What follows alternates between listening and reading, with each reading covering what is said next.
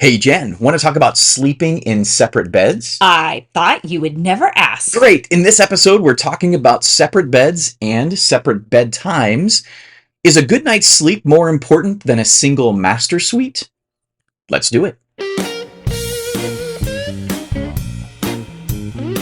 Welcome, friends, Welcome. We are Matt and Jen, and this is the Intimate Covenant Podcast. where we believe the Bible and great married sex both belong on the kitchen table.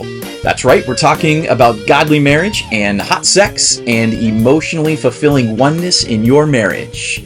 Hey, Matt, did you know that according to the National Association of Home Builders, the number of home buyers looking for two master or primary and secondary bedroom suites rose from 25% to 40% between 2003 and 2018? Interesting fact. I did not know that. Actually, I did know that because I did the research for this, but many of us probably don't recognize or realize how prevalent sleeping in separate bedrooms has become. But we'll talk more about that as we get into the episode. Before we get there, though, we want to make you aware of two important announcements. That's right. First one being we are doing a Kingdom Singles event in our own backyard. We've done these across the nation and we've traveled for various marriage days and marriage weekends, but never one here in the Houston area. So we heard you loud and clear, Houston peeps, and we are having a Kingdom Singles event in the Woodlands, The Woodlands, Texas. Yep, just north of Houston. That'll be on Saturday, July 20th. Our target audience is unmarried young adults, like 20-ish, 30-ish, kind of. We won't be checking your IDs, but We will not. we are looking to target adults, not necessarily the high school age. No, per se. we've done stuff for high schoolers, Yes. but we're moving up to the 20s and 30s. And our topics will be finding spiritual purpose while unmarried. We're also going to spend some time talking about struggling with sexual desire as a single individual and how to go about dating with righteous intention. Some important topics, I think, for those who are unmarried. Mhm. And obviously, our primary purpose and goal with Intimate Covenant has, I guess, traditionally been working with married couples. But we also recognize that singles deal with a lot of these issues, and there is certainly some overlap in what we've done with married couples and singles. But we also want to challenge these young people and encourage them in their walk. Being unmarried, they certainly have some unique challenges to their situations, but it won't be all, boring lecture with Matt and Jen. It's also going to be some opportunity for some socializing, I should say, and fun. So we're very much looking forward to that event and Yes. for engaging with those young folks. So not many singles are listening to our podcast, which means we need you, our married friends, to help spread the word. Yeah, save the date. That is, again, July 20th. If you can save the date, then we'll get some information out and broadcast that through Yep. the various channels. But save that date, July 20th. Of course, we also want to mention our annual retreat. That's right. September 19th through the 21st this year. That's a Thursday through Saturday. Our theme this year is desire, reigniting emotional and sexual connection in your marriage. Yeah, so we're very much looking forward to that. Lots of preparation underway for that. We do have a really exciting announcement with respect to the retreat. We now have a game plan and a host, an entertainer, as it were, We for do. our Thursday night kickoff. That's right. We will be having a game show night specifically curated for an Intimate Covenant retreat and audience. Yes, it's going to be a game show with an intimate covenant twist. Yes, yes. This has been created and will be hosted by our good friend Josh Metcalf, who is here locally in Houston, worships with us, and we've been good friends for quite some time. If you don't know Josh, you should simply know he is absolutely hilarious and extremely creative, Yep. particularly when it comes to making games. Yes. So he has created a whole wonderful evening full of games. And there's going to be lots of fun. There's going to be lots of comedy. Yes. And there will even be prizes. Prizes, yes. And the good news is no single person will have to be embarrassed. Nope. Don't worry about being called to the stage if you don't want to be called to the stage, but plenty of opportunity for those who want to really compete, and everyone will have a chance to win some fantastic prizes. It's going to be fun. We're really looking forward to that. But the whole retreat is going to have plenty of time for relaxation, uninterrupted conversations with you and your beloved. And there are only a handful of spots remaining. Literally, not very many spots left. But so if you would like to come, we still have room for you. Mm-hmm. We want you to be there. You can reserve your spot for just a $200 deposit, with the balance not due until the middle of August. So, you got plenty of time to reserve your spot, save up for the rest. But be sure and sign up and join us. We really want to have you there. The topic this year of desire is going to be, I think, a really helpful one to help us reignite our marriage and the passion in our marriages. So that is our plan. It's going to be great. You can find it at intimatecovenant.com/retreat. That'll get you to the registration page. All right. So getting into today's topic, this episode comes from no less than 3 different couples at recent events, all posed to us a very similar question. We've also received a few emails regarding this question, and so these within the last couple of months, it's really been interesting. All of these questions have come up same time, so that was a signal to us that we need to do an episode on this topic. That's right. And all of their questions had to do about sleeping in separate beds and or having separate bedtimes. So some of the questions, for example, were, what is your opinion on sleeping in separate rooms? This is due to different sleep schedules and snoring. Another person asked, what if the husband works nights and the wife sleeps in a different place than the husband? Mm-hmm. We do make time for weekly alone time. And then another question, and we hear this one a lot. Sure. Our young child screams for hours if one of us does not sleep in the same bed with her. Because of this, we have little time with each other in the evenings, and we are rarely having sex. How can we get closer as a couple? All great questions, all challenging questions. I think all of us that have been married, particularly with kids, have struggled with this to some degree or another, whether it's newborns that don't sleep through the night, and they may or may not be even sleeping in your same bedroom, but it certainly creates challenges.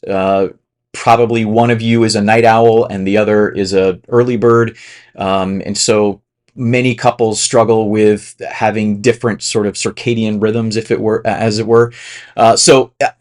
Historically, though, this is also an interesting topic. As I kind of dug into this a little bit, in doing a little bit of research for this episode, it's just an interesting topic, and I wanted to at least share some of the historical and cultural significance to this topic. I think, one, it may be informative for you, but also I just thought it was interesting, mm-hmm. And relevant, I think, to this topic. I think it's safe to say that in general, across cultures throughout history, that co-sleeping with your spouse has been the norm. Right. Generally speaking, broadly speaking. Right. We kind of associate that with something that married people do. Sure. Right.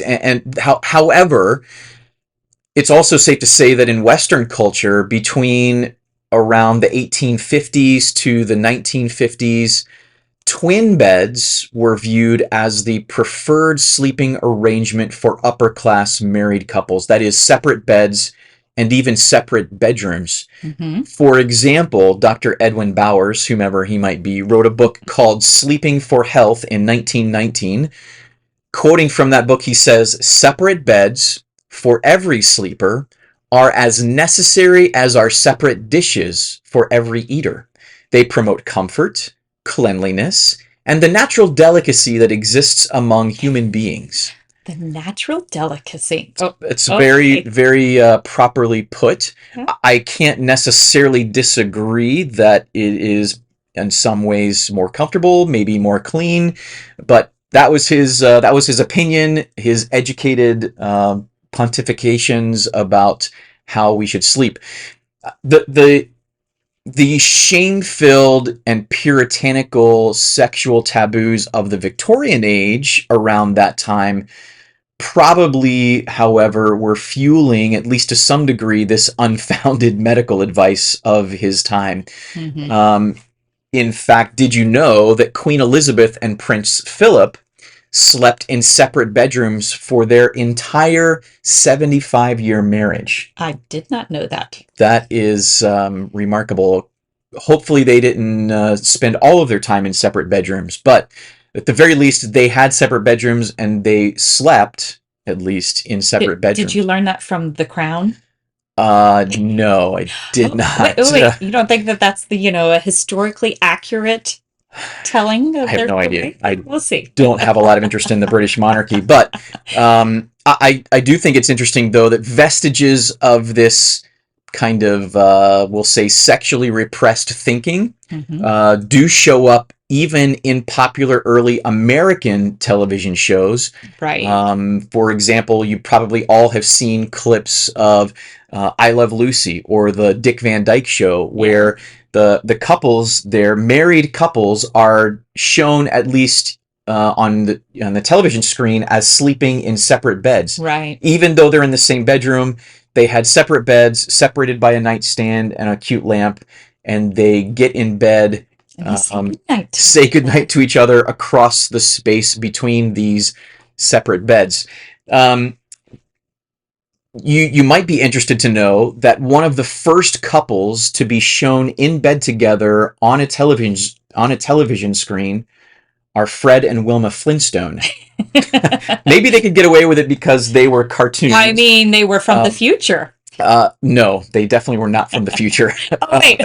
Going the wrong direction. No, but maybe because they were cartoons, they could get away with it. Sure. But you might wonder why it is. Why something so obviously out of place on TV? Well, in the 1950s and 60s, there was this rule called the Hays Code. And it's a set of rules that dictated what could be shown on television and what could not be shown on television. And that code required that married couples sleep in separate beds when depicted on television. Okay. No idea how or why that came to be, other than I can just say sexual repression, or at least an unwillingness to confront the reality of sex in marriage. There was this 1 foot rule that was enforced for these television couples, which meant that at least one person in the bed, if a couple was in the same bed at the same time, one of them had to have 1 foot on the floor at all times. I guess that gave some plausible deniability that they might actually be having sex in that bed if one of them had their foot on the floor.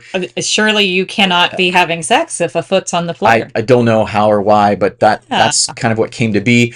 In real life, however, by the 1950s, which is about the time of the dawn of television, the onset of by that time, really and historically, really at the beginning of the sexual revolution at that time, separate beds were by that time already being viewed as a sign of a distant or failing marriage. And separate beds quickly into the 1950s began to be discarded for double beds or queen beds or king beds or even California king beds. All How as a big of a bed? Wait, if a bed gets so big, then in essence you're maybe back to not sleeping together. It could be. If you can sleep on either side of the bed and not touch at all, or even know that each other is moving. Maybe it's just another way to have separate beds. But by that time, the bigger your bed became a sign of status, and it was also, I think, an underhanded rejection of these puritanical views of sexual shame. So again, what was on TV did not reflect the cultural views of the time, and that's why that those kinds of depictions did not really last in popular media. That said, separate sleeping arrangements for married couples is really recently beginning to make a little bit of a resurgence. Experts estimate that approximately 1 in 4 married couples actually prefer sleeping in separate beds on a regular basis. And a recent survey found that up to 1/3 of couples sleep apart at least occasionally to help improve their sleep. This practice has begun to be referred to as a, quote, sleep divorce.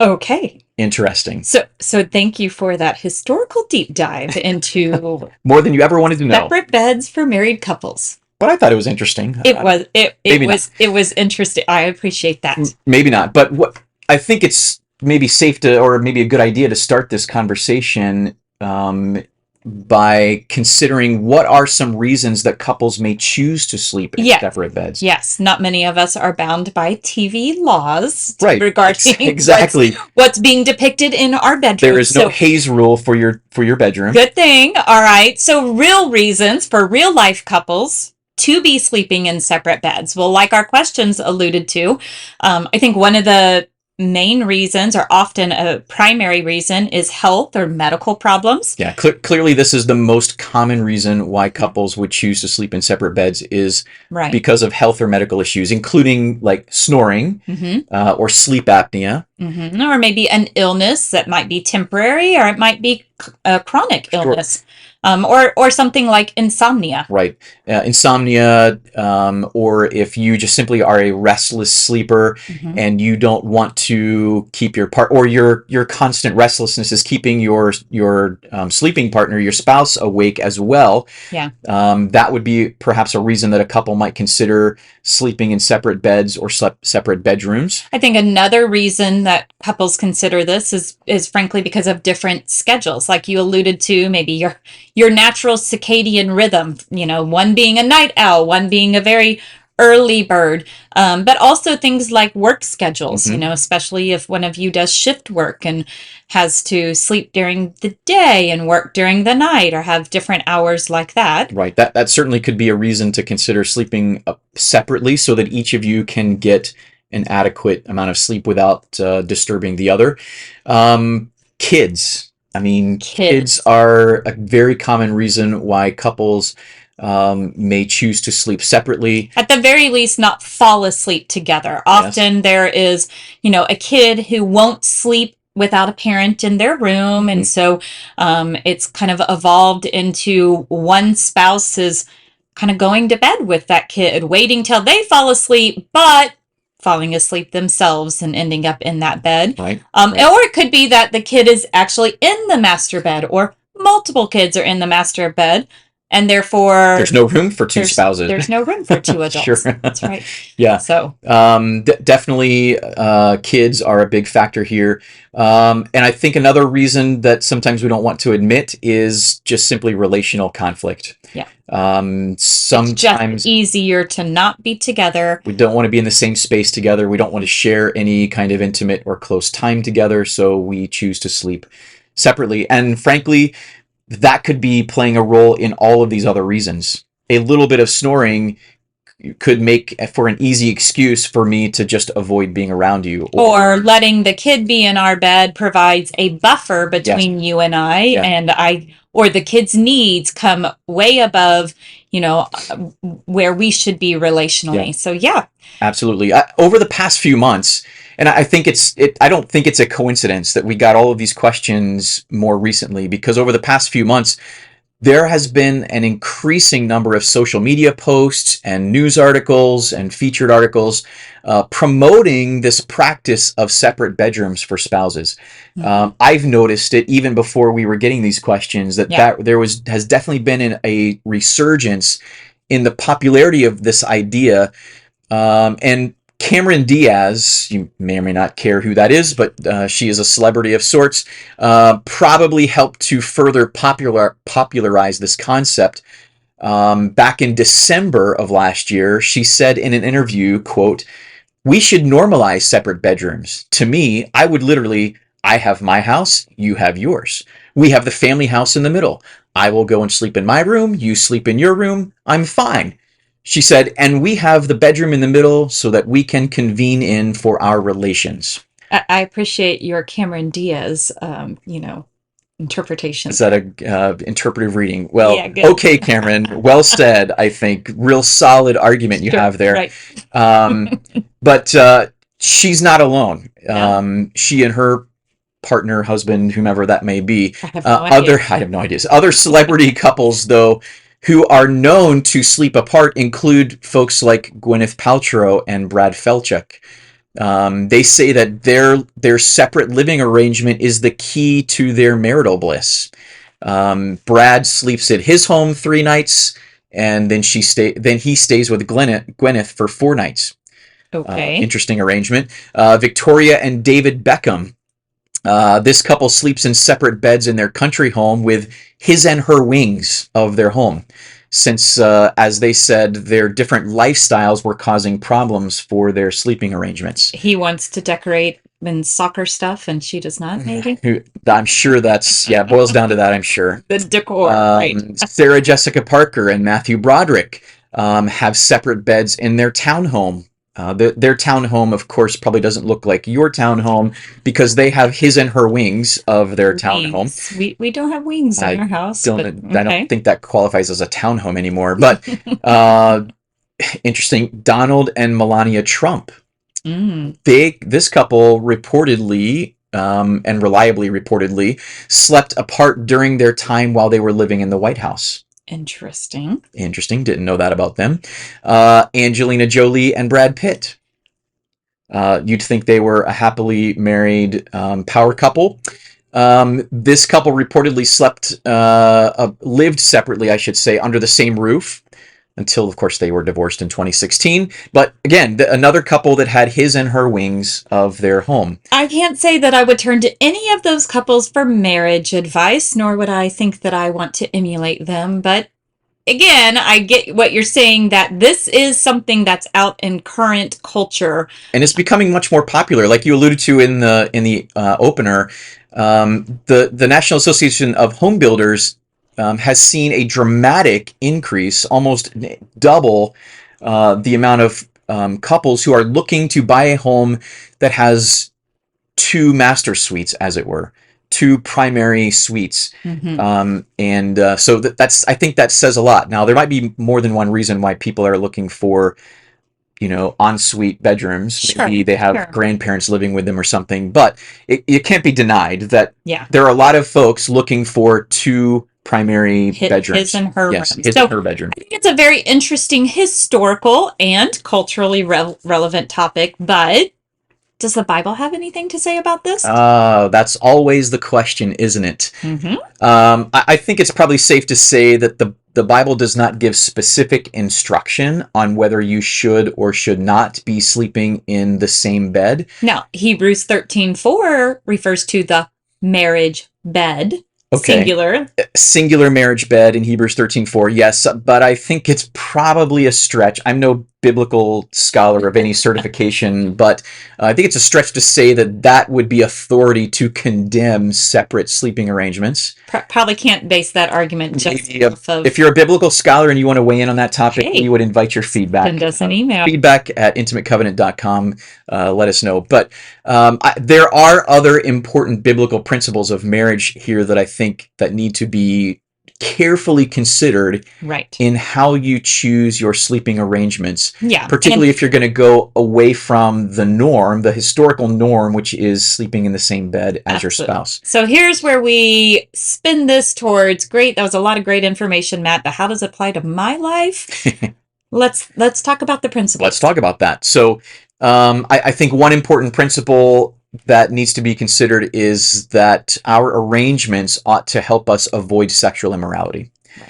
So whatever we're doing in our marriage, and that includes choosing how many beds we're going to sleep in and when, we ought to be doing that with a mind towards helping each other avoid sexual immorality. That is part of the purpose of marital sex. It's not the only purpose by any means. Well, and Hebrews 13:4, when it talks about marriage bed, is an allusion to the sexual relationship Sure. in your marriage. So obviously there's something very intended in the oneness of a one bed situation. Exactly. And that's what 1 Corinthians 7 is all about, is using marriage as a tool to combat sexual temptation.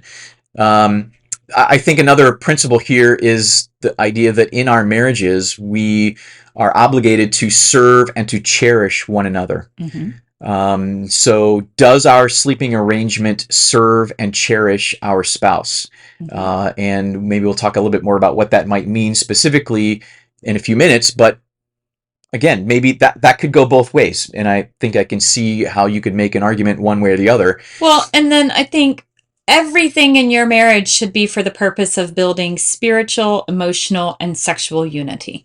And so that's an important principle to consider when we're considering even something like, how do we exist within our home together? Yeah. Does our sleeping arrangement promote unity? And again, that's an important consideration. So like everything, almost everything in our marriage, and the decisions that we make about one thing or the other, a lot of it comes down to, what is my motivation? Right. Why am I choosing to do this?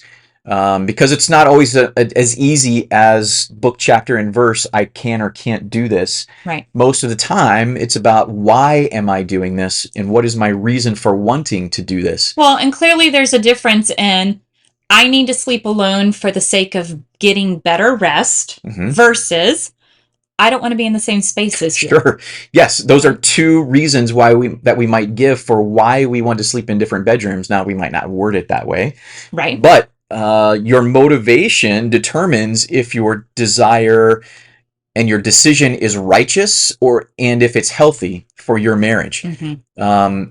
Giving each other the freedom to rest without interruption can be an amazing gift of service and an amazing gift of love for your spouse, particularly if you have a newborn or something else like that. When the hours of sleep are few and far between. Yes. Yeah. Cherishing your spouse by giving them a chance to actually get rest, that might be completely sacrificial on your part. On the other hand, sleeping together, even if it means less than stellar sleep, can be an important sacrifice of showing love to each other. Right. So the same decision can be made out of sacrifice, or it can be made out of selfishness. And that's where the rubber hits the road, as they say. That's where it gets challenging to discern, what are my motivations in this. Right. I would say, though, that every step that we take away from our spouses, and I mean that both emotionally, physically, whatever way, every step we take away from our spouses has inevitable negative long-term consequences for the relationship. So if you are choosing to sleep apart, even if you're making that decision for good reasons, those decisions to sleep apart need to be weighed very carefully and to be constantly reevaluated. Is this serving my marriage? Is this serving my spouse? Or has this become a selfish motivation? Right. Because sometimes our initial motivation can shift, right? Sure. We might be starting out with what feels like a pure motivation of, we got a brand new baby. I'm only going to get 2.5 hours of sleep. So I'm going to put myself in a place where it's completely quiet so I can just cling to those 2.5 hours. But over time, maybe if there's emotional, relational conflict in the marriage, but you know what? Being in my own sleeping space, well, that's just easier. I don't have to confront those issues. So sometimes that initial motivation can shift towards self-serving motivation. And maybe we haven't even realized that we've crossed that line. Absolutely. What starts out as something that's convenient can become an opportunity then for self-serving sin, sure, even, and might then be the foundation for building emotional, spiritual, and sexual barriers in your marriage. That initial convenience, that initial act of service can sometimes be the foundation for building a wall between the two of you.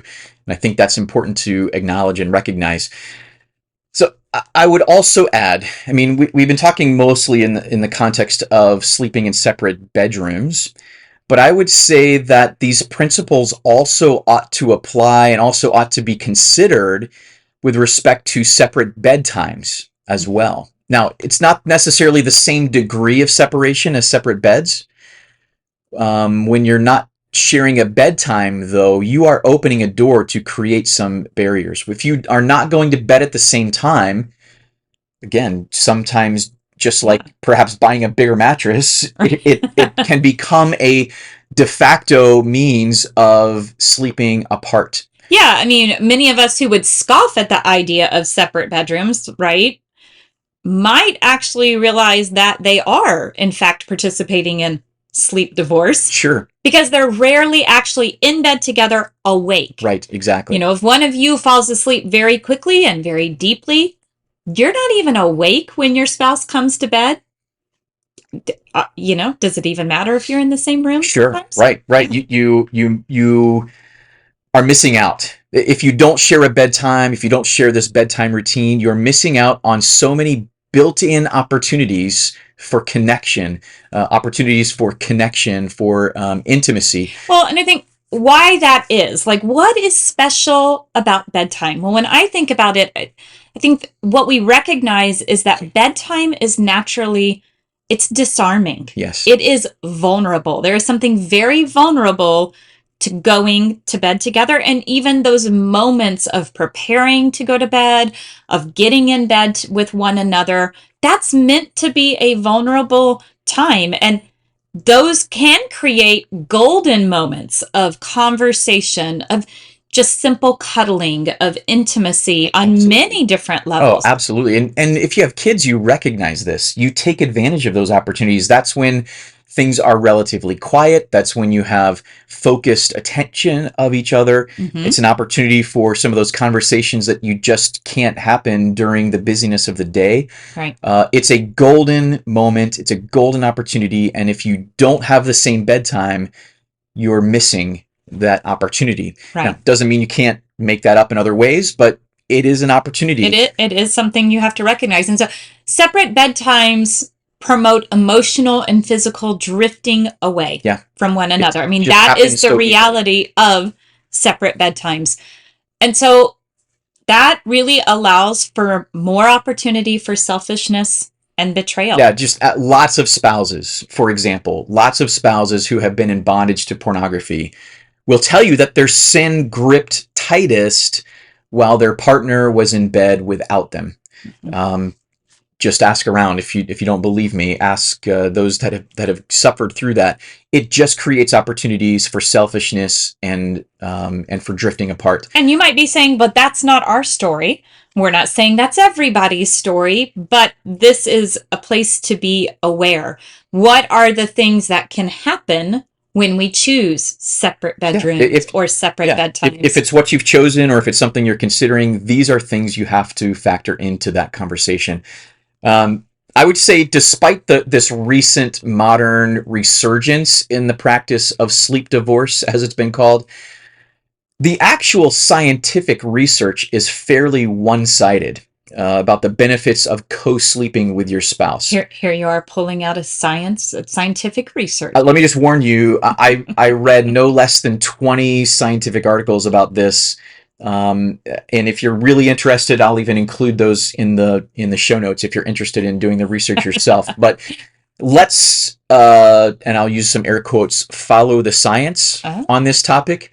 One study demonstrated that sleeping with your spouse promotes health by lowering the stress hormone cortisol and reducing the cytokines that are linked to inflammation.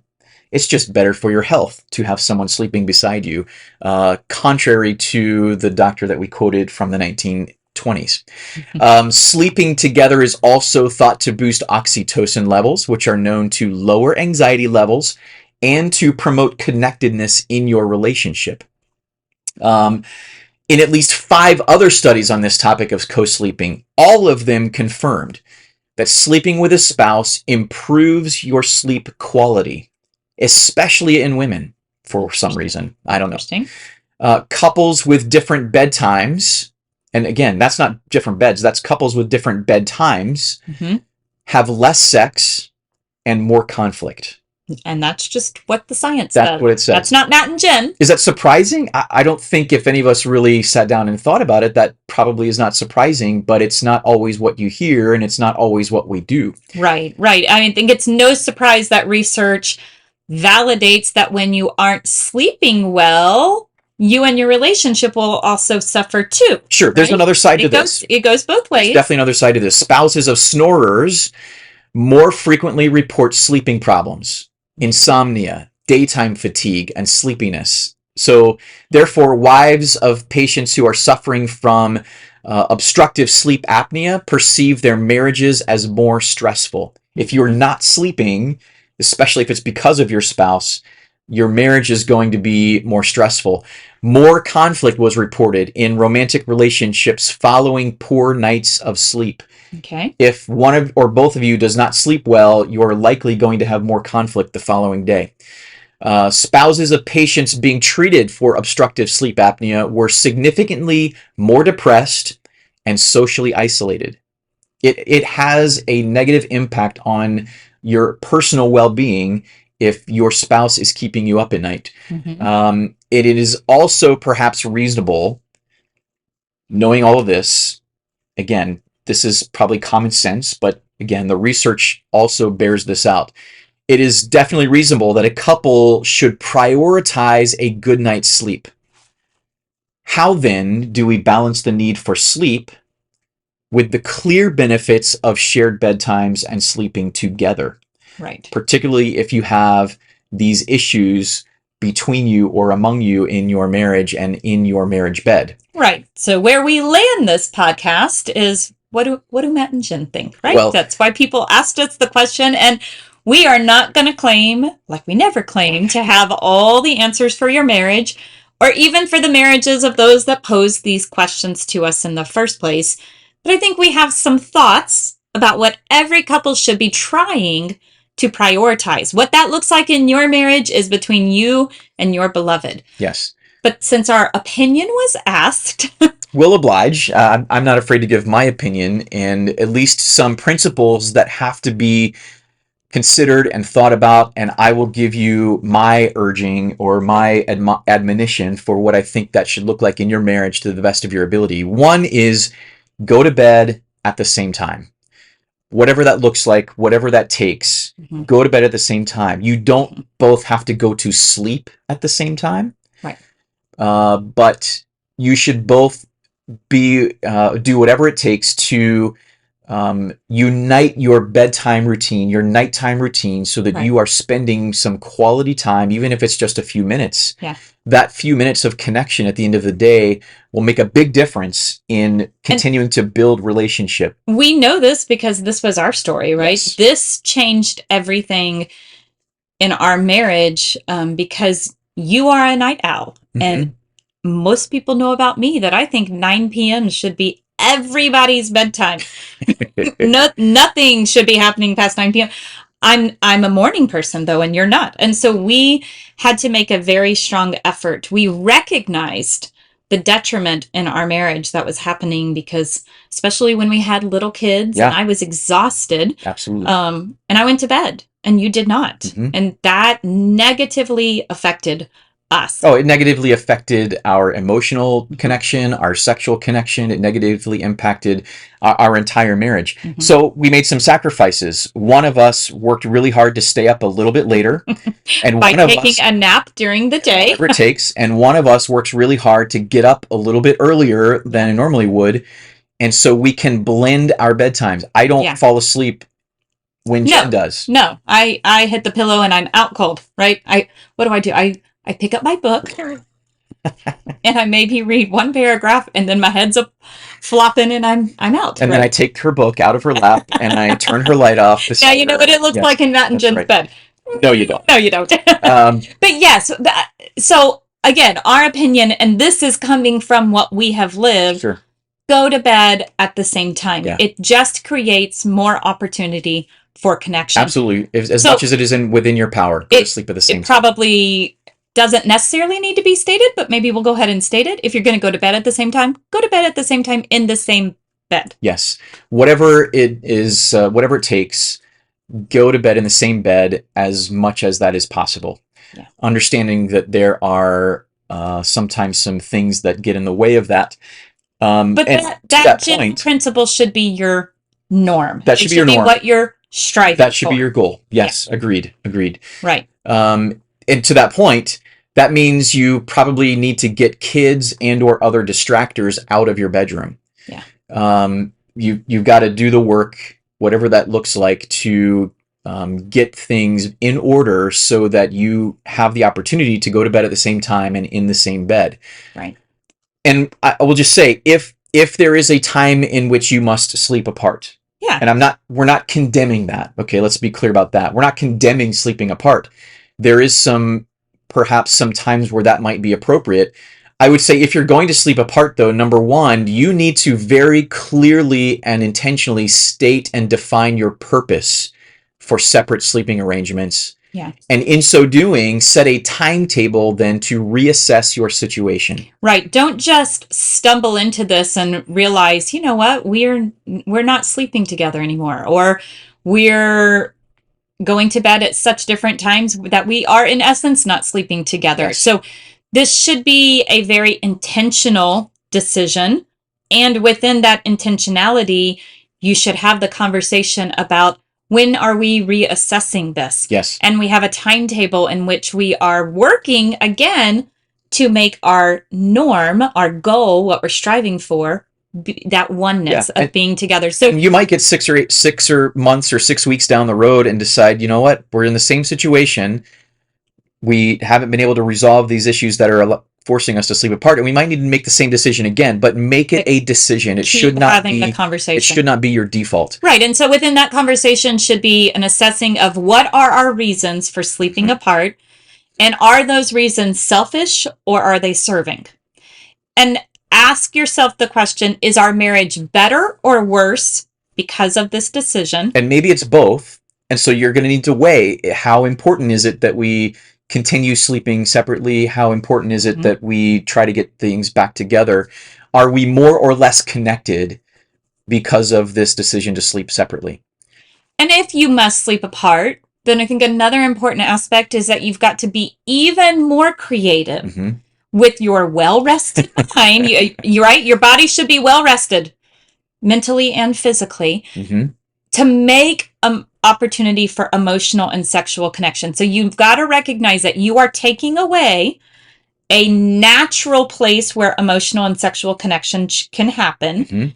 And so you have to be intentional about putting that in another way. Yeah. So if you're sleeping separately, you have to work harder to connect. Yes, and be intentional about it. And you've got to put in that new energy that you have. You got to put some of that energy to work in your relationship, because you've created a barrier, right? You've created this physical barrier between you that often turns into an emotional barrier.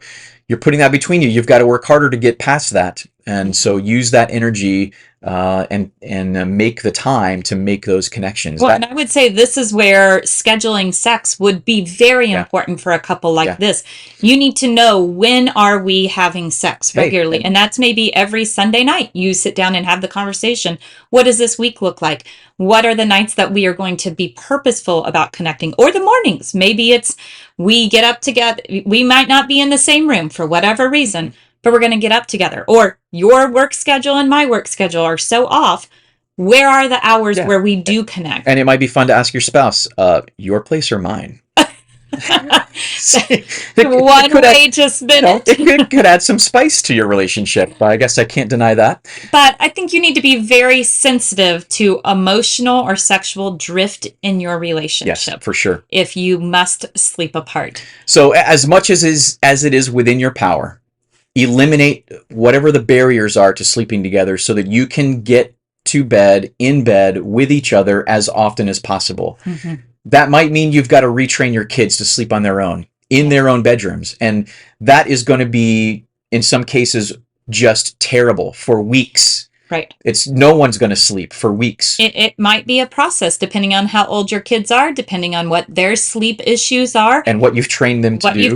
And frankly, you might need to pull in some professionals. There are a lot of people specially trained in helping children sleep better. So don't just suffer and have your children suffer. Maybe you need some additional help. Don't accept that this is the way that it has to be. You don't want your kids to be 20 years old and still sleeping in your bedroom. Oh, no, you don't. You definitely don't. But maybe it's not kids. Maybe it's health problems that are keeping you apart. And so be willing to address those health problems. Yeah, whether it's sleep apnea or snoring or restless leg syndrome or anxiety or whatever other issues that it might be, you need to address those things. Look, I'm just going to be frank with you. If your spouse can't sleep because of your snoring, you are a selfish jerk. And I don't mean that lightly. You're a jerk if you have not done everything possible to try to correct that problem. And there's a lot out there that can correct snoring problems. I mean, depriving your spouse of sleep is simply cruel. That's kind of harsh. It's cruel. Why would you do that to someone that you say that you love? Yeah. It's just cruel. And look, there are so many options. Most sleep and snoring problems can be resolved with relatively simple interventions. And you should be doing something about that. Now, I will add, sleeping apart doesn't necessarily help you sleep better, even if your spouse is a snorer. Again, one more research study. Well, okay, maybe not one more, but in terms of sleep quality and the negative relational impacts, at least in one study, there were no differences found between the spouses of snorers who slept in the same room and those who slept in separate rooms. Interesting. Those spouses that slept separately did not, their relationships were not better, and they did not sleep better. Interesting result. Yeah. But again, most sleep and snoring problems can be corrected. And I would add to that, okay, here's another study. Couples who were sleeping separately due to sleep apnea, among all those couples, 72% of these couples started to be able to sleep together again after treatment. So when 3/4 of those couples, if they got treatment, they were able to sleep together again. Yeah. And among those, almost 70% of them said that their personal lives had improved. And their spouses said, 3/4 of them said that they recognized the benefit of therapy for themselves and for their spouse and for their relationship. Well, I mean, the person suffering from sleep apnea, you're not getting the rest you need. You're not That's sleeping the whole either. point, right? So you're keeping both of you awake. Yes. Neither of you are sleeping well. So it makes sense that those that got help, their personal lives improved because everybody is sleeping better. Absolutely. And sleep is an important thing. Absolutely. Another problem we talked about was work. And look, I understand people got to make a living. Sometimes your best choice is to make a living working terrible hours. And I recognize that that is a sacrifice, and I applaud you for making the sacrifice to do what it takes to provide for your family. That's important. I would not negate that. However, if you were in a job interview and your prospective boss said, "We think you're a great fit for our company and we want to pay you well, but this job is definitely going to be bad for your marriage and for your family," would you take that job? Some of you already have. Just to put it frankly, some of you have taken that job knowing that it's a bad choice for your marriage and a bad choice for your family. And we're blessed in this country that we don't have to keep the jobs that we have in most cases. It's very true. So sometimes you just got to make a different decision. Maybe it's time to reevaluate the cost of your choice. Every choice has a cost. Sometimes getting a good night's sleep means that you are making a sacrifice to the quality of the connection in your marriage. So again, we all have to weigh these choices. And not saying it's an easy choice, not saying that this is an easy solution, not saying that you have to sleep in the same bed or that you have to have the same bedtime. We just think there's some wisdom in thinking about why are you doing what you're doing. Right. All right. This has been a long one. Hopefully we didn't put anybody to sleep. See what I did there? Wow, good one, honey. All right, Matt, give us our wrap up. Every step we take away from our spouses, especially physically, has inevitable, negative, long-term consequences for the relationship. And these decisions to sleep apart should be weighed carefully and be constantly reevaluated. As much as is within your power, eliminate the barriers to sleeping together so that you can get in bed with each other as often as possible. And likewise, separate bedtimes also promote emotional and physical drift away from each other, and they allow for opportunity for selfishness and betrayal. So now it's time to grab your spouse and your Bible and head to your kitchen table to have the conversation about your bedtime routines. Whether you are sleeping in the same bed at the same time or not, does your current bedtime routine promote connection or not? We would love to hear your feedback. Contact us by emailing podcast@intimatecovenant.com, or you can submit anonymous feedback questions by going to our website, intimatecovenant.com/podcast. You can click the button Contact the Podcast for an anonymous submission form. Thanks to all of you for listening, subscribing, rating, and sharing the podcast. We're truly humbled by all your encouragement and your support. Thanks especially to our Patreon subscribers for coming alongside us in a very real way. If Intimate Covenant has blessed your marriage, we'd love to have you join us. Subscribe at patreon.com/intimatecovenant. Until next time, keep striving and don't settle.